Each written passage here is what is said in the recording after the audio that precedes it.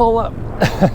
And we are out of commission now. The Mokwheel Slate is a folding fat tire electric bike with a claimed range of 50 to 60 miles, and they say it weighs 64 pounds. Looks like it has a couple interesting features, including an anti-theft device, turn signals, and a torque sensor. Check it out, stop to grab some Starbucks and have the Mokwheel outside on the other side of the glass. Feel a little safer knowing that it just can't be fired up.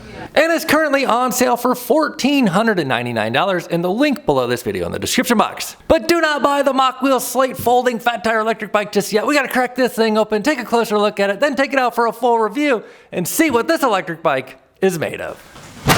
And here's what it looks like when you get out of the box. And on this one, we are rolling on Gumwall 20 by 3 inch wide tires. They've got a street friendly tread pattern. Not too bad on the weight since they are spoke wheels. And we are rolling on 180 millimeter rotors. No quick release on this front wheel. And we'll check that box in a moment. But first, let's take a look at this electric bicycle. So this one comes in the platinum color, but there are two other colors linked below the video in the description box. The battery on this e-bike pops off right here. And it is listed as a 48 volt, 15 amp hour, 721 watt hours of energy. Got a little bit of weight to it, should give us some decent range, especially since the tires are only 3 inches wide. They're a little bit shorter, a little bit less weight, a little less rotational mass. And speaking of rotational mass, this is a geared hub motor on the rear. It is listed as a 48 volt, 500 watt nominal geared hub motor. You could definitely do more than 500 watts peak, but running only 500 watts nominal with a larger battery pack for 500 watts with a torque sensor as well should help us get a little better range. Of course, range is always dependent on speed and weight and various factors. The battery on this one weighs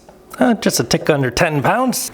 We'll weigh the whole thing here in a minute. And when it comes time to stop, we will be stopping with Logan hydraulic brakes, 180 millimeter rotor on the rear as well. The rack comes pre-installed, and the fenders are plastic, which tends to keep things a little bit lighter and quieter. It is a folding electric bike, so of course we have folding handlebars. And check this out, we're gonna have to take a closer look at that in a moment. So as I mentioned, the front wheel bolts on. Whole thing weighs in at about 5.6 ounces of unremovable weight. Well, not really unremovable, but you know, just requires you get the tools out. I actually prefer these kind of axles. They feel more secure, you know, if you're gonna be doing like off-roading or anything. And here's what you get inside this box. All the tools you need. Your manual, charger for the battery. Tis a 3 amp charger, so 15 amp hour battery pack divided by 3 amp charge rate. It'll take about 5 hours to charge that battery from empty to full. And of course you can charge it either on the bike or off the bike. This will turn green when it's done. Budget friendly folding pedals. These actually have a little bit bigger of a platform than I'm used to seeing on folding e-bikes. Should be nice for putting down some power with the torque sensor. Watch your fingers. Folding headlight. And check this out. This is a display. Other side, it is a removable display. This is bringing back early 2000 vibes. You know, the old CD players that you would actually remove the face of it when you left. Looks like that's gonna be the same idea of this, maybe like a theft prevention. Actually, let's check this thing out. So it goes, oh yeah, right on there. Very nice. Here's what the seat's looking like. Wide, got a little bit of shape to it, and a quick release lever to easily adjust. The tire pump they give you is nothing to write home about, but it will help you get those tires up to the called for 25 to 45 PSI if you don't have something like this. You can run them a bit lower for more squish or higher PSI for better range. 40 PSI should be good up front because we do have front suspension. There is a preload adjustment on the left, and over on the right stanchion we do have adjustments with micro clicks, so you can kind of dial that in to where you want it. Once you have the front headlight on and fender, we can pick the whole bike up, stand on the scale, see what the weight is. While I'm holding the bike in the air, and there is no battery on the bike, it weighs in at 250.6. If I set the bike down, then stand on the scale just by myself, 193.6. So about 56 pounds without the battery, add 10 with the battery. So yeah, right around 65, 66. Like most folding e-bikes, these do have adjustable height handlebars. And typical of Mokwheel, they have this little bubble up here. Kind of like a little thing for your palm, like an ergonomic kind of thing. For the ergonomic grips, throttle is on the left. Here's a peek at the controls, 7 speeds on the Shimano shifter, and a little bell. Of course, Logan hydraulic brake levers to go with your Logan hydraulic brakes. And speaking of brakes, we do have these lights. Let's throw the battery in there, fire this thing up. And before we look at that display, I'm gonna show you these lights on the rear. When you grab the brake lever, they light up. You can also hold the plus button to turn on your lights. So that's what they look like just when you light them up. And then grab the brake lever, they get brighter. And you do get a light on each side. And on top of that, you get turn signals. So here's what the turn signals look like in action. You can use the left or the right. And of course you can grab the brake lever and they light up a little brighter back there. And here's what that headlight's looking like when you shine it on the wall. And here's what the display looks like. So you get an indication for the turn signal. Flip on the right one and your battery life up here. So it is indicated in terms of a bunch of bars, probably 10. Then you get your pedal assist. So you can adjust that with these knobs right here and bring it on up to 5. Looks like it's on eco mode right now. So there might be a variety of modes. If you hold the plus and minus here, you get into the advanced settings. Looks like it is an easy to operate menu. So no cryptic stuff going on here. You can do your pedal assist levels, voltage level, wheel diameter. Oh, so you can change it from like 5 or 3 pedal assist levels. Taking a peek at the chain ring reveals it does have a double wall guard. It'll help keep that chain from popping off there. To change our gears, we get a Shimano tourney derailleur. No derailleur guard installed, so careful not to knock the bike over. And then of course we have 7 Shimano gears on the cassette. It is listed as a class 2 electric bike, 500 watts nominal, 20 miles an hour. So when we throw it on pedal assist 5 and mash the throttle, it'll take us up to 20 miles an hour. And it'll do 20 on throttle alone. Oh, showing power mode now. And by the book, a class 2 e-bike should only let you pedal up to 20 miles an hour. This does have a torque sensor. We'll see how fast we can go out in the real world. But before we take this thing out in the wild, let me show you the size of the Z-Bike. I am 6'5". This is a relatively shorter, smaller electric bike. The step-through frame makes it easy for people of any height to get on. And then it also has the shorter 20-inch wheels as compared to like a 26-inch wheel. So it just makes it easy to kind of step on through there. I have the seat on max height, handlebars are on max height.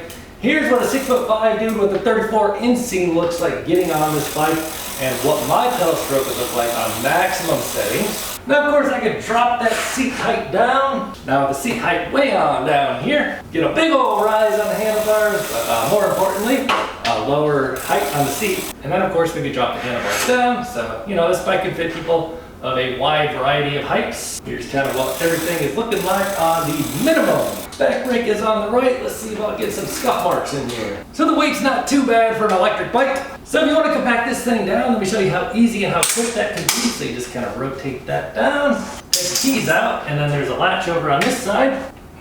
So it's secured down pretty well. So this little latch here just kind of comes on out just like that. And it'd be a wise move to remove this 10 pounds off the bike if you're gonna be folding it up and lifting it somewhere. Then with the battery removed, you kind of just fold it on up here, throw that kickstand up, and there you go. Oh gosh. So if you haven't seen a folding e-bike folded up, here's about what we're looking like. Takes up a little bit smaller footprint here. Makes it easier to get into a car, stuff into the corner of an apartment. Doesn't really reduce the weight of it at all unless you take that battery out, but not bad.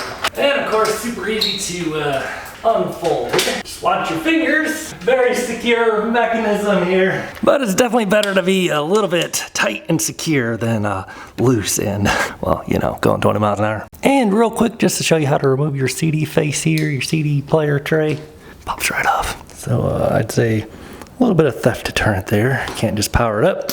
Makes it a little bit less usable if you were to take it too. All right, dudes, let's check out the Mokwheel Slate for a ride. Of course, we're gonna fire up the Strava here to check our official range on this 15 amp hour 48 volt battery. Let's fire up this display. I thought it was kind of interesting. It actually measures your range out of 9 bars. So you don't need to charge it up to 10, it stops at 9. And actually to get into the advanced settings, you hold the 2 turn signals. So you can actually adjust the brightness, your units, throttle speed, so we can actually bump this up beyond 20, but we'll start at 20. And then we have pedal assist speed limits for each pedal assist level. So you can get in here and tune this stuff how you want it to be, which is awesome. I mean, you could bump that down all the way to 1. Let's leave it on the stock settings of 10. That's awesome. You can do it for each pedal assist level. And then we have the intensity setting. So that's probably acceleration starts on 3. You can crank it up to 5. We'll just try it on 3 for starters. And then we have riding modes as well. So you can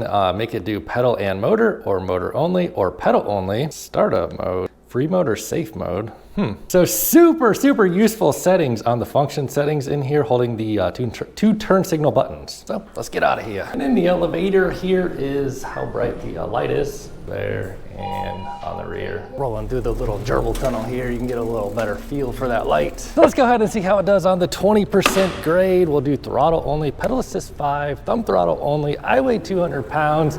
I'm not gonna pedal this thing at all. We'll just see what it can do. So 500 watt nominal motor, actually pulling us up to 20% grade on its own without adjusting any of the settings, any of the intensity level or anything in there yet. And first observations, for an e-bike, this thing actually feels pretty light and nimble. You know, the shorter 20-inch wheels are only 3 inches wide, step through frame, all the weight's kind of like down low. So getting on this thing on pedal assist 0, you know, say your battery dies, can you ride it without a motor and battery? Yeah, you can.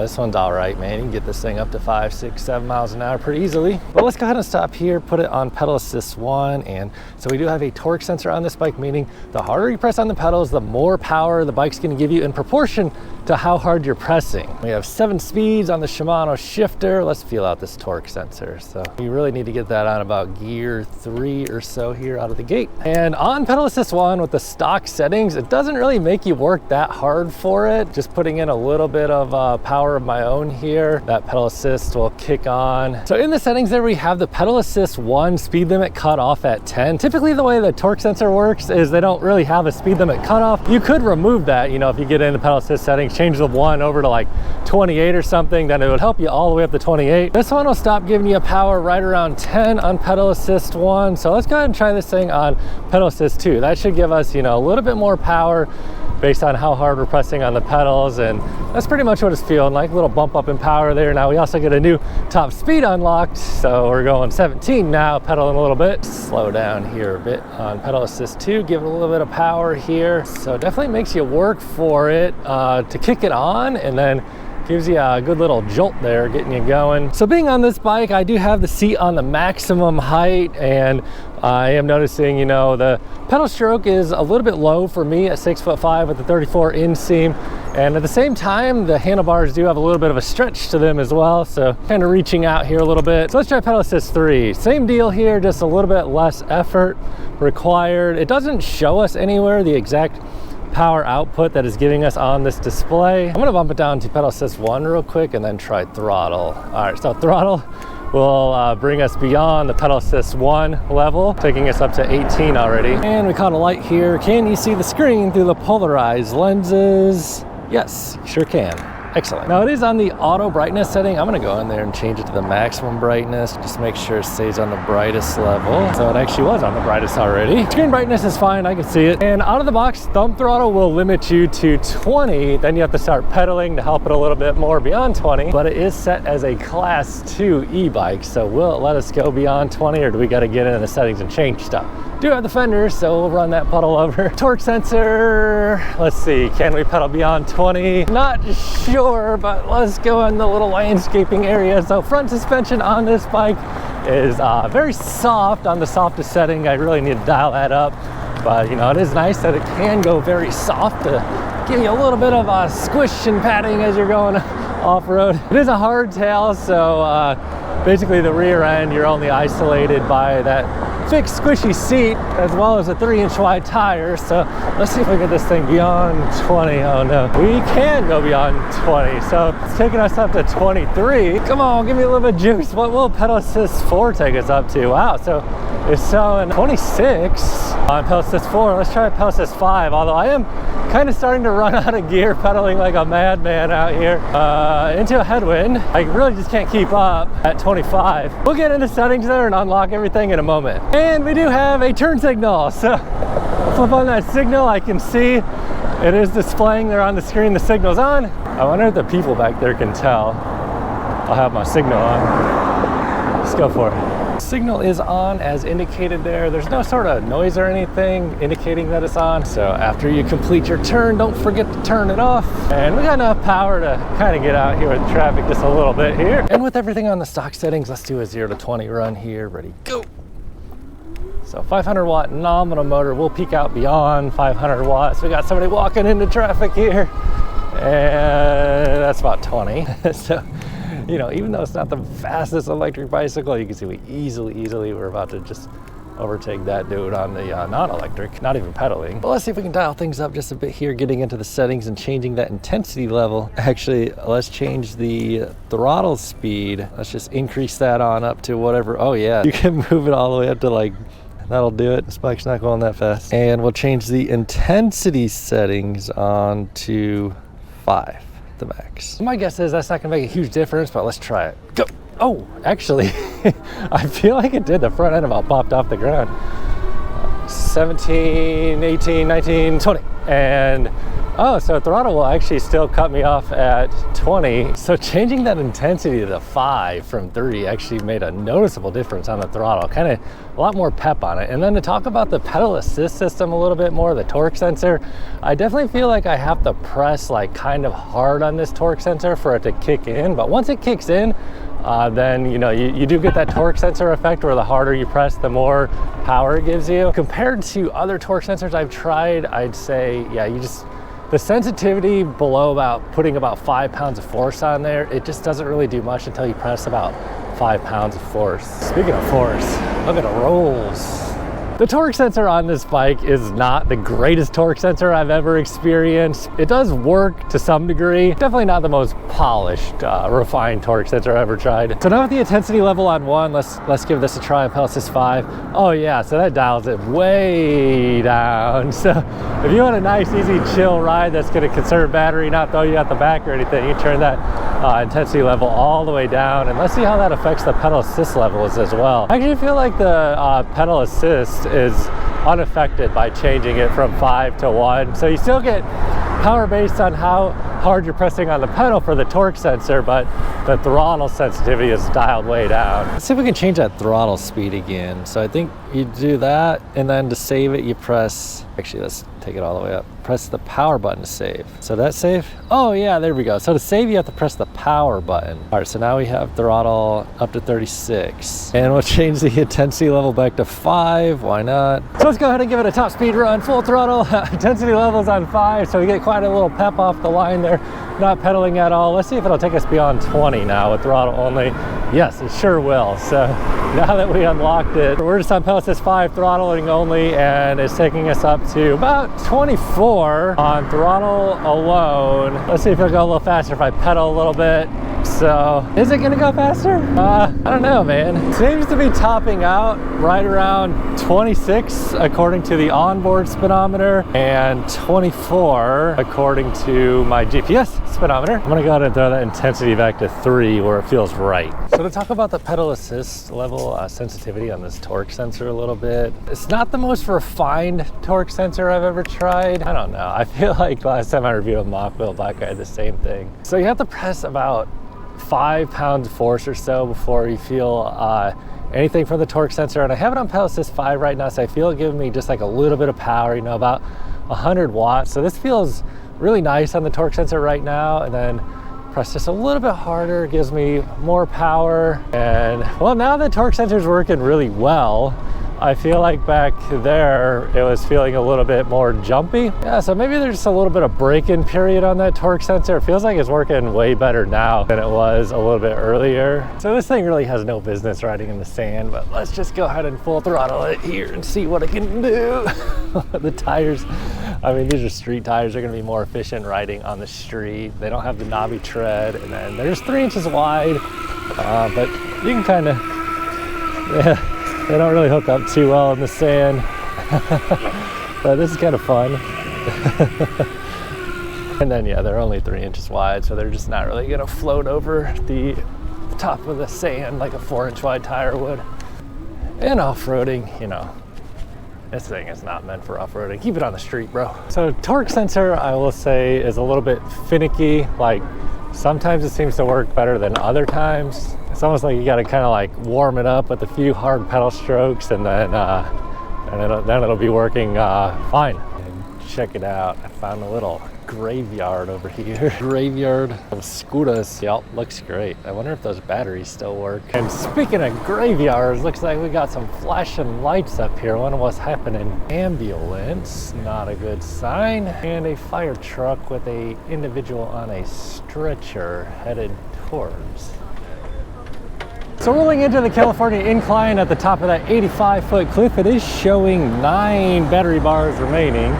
Fire truck's coming on out of the bike lane. Let's follow in the draft so we can save ourselves a little bit of wind resistance here. How about that? So of course the California incline is that 12% grade. We're gonna take that. Actually, we have a little bit of a distraction up here. This dude is throwing the Frisbee and catching it on his bike. Check this out. Oh, just barely. Oh, no. All right, back on track here. So we're gonna go to the top of that 85-foot cliff, take this spiral roundabout, stress this battery and motor out, and do full throttle now. We have it on the sensitivity of 3, kind of middle of the road, giving us full power, not pedaling, going up this loop-de-loop at all. Hold us right on up, 10 miles an hour. And starting out at the base of the California incline, full throttle, 10 miles an hour, 14, 16,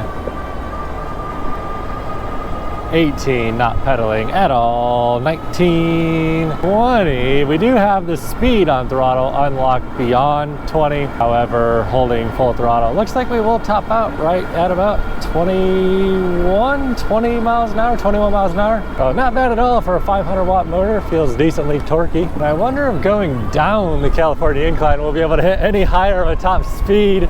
Showing 26. Kind of just like starts cutting power at 26. 27, and we are rolling on 180 millimeter rotors, hydraulic brakes on this bike, and it is actually showing 28 miles an hour now. So let's see if the hydraulic brakes are going to work. So these rotors are actually really large for a 20-inch wheel that's only 3 inches wide. So the stopping power on this bike actually feels really good. Even though they are Logan hydraulic brakes, the levers feel nice. It has nice linear stopping power, as is typical of hydraulic brakes. So let's say you need to come to stop quickly from about 20 miles an hour. Oh yeah, these feel nice. Plenty powerful on the brakes, especially for a bike that weighs 65 pounds, these big old rotors. So it looks like we are showing about 7 bars when I use throttle. We're gonna head on home, check the final range, but first, let me share my final thoughts on the Mokwheel Slate folding electric bike. So list price on this one is $1 shy of 1,500 bucks in the link below this video. And if you do decide to buy this bike, if you did click on that link and bought through that link, it would help support my reviews here on Tail Happy TV, and I greatly appreciate your support. If I do have a coupon code available, I will link it down there in the description box for you. So for a folding electric bike, I feel like it's a pretty decent option. I mean, 500 watt nominal motor, 15 amp hour, 48 volt battery, should get some pretty good range out of it. It's just gonna be operating a little bit more efficiently, especially with those shorter 20 by 3 inch tires. 65 pounds on the electric bike really isn't too bad. And since the weight is lower, it's just a little more maneuverable and, you know, better range too. And then that security feature, you know, you can pop this screen off. Let's see if we get what happens if we do it while we're riding. Pull up.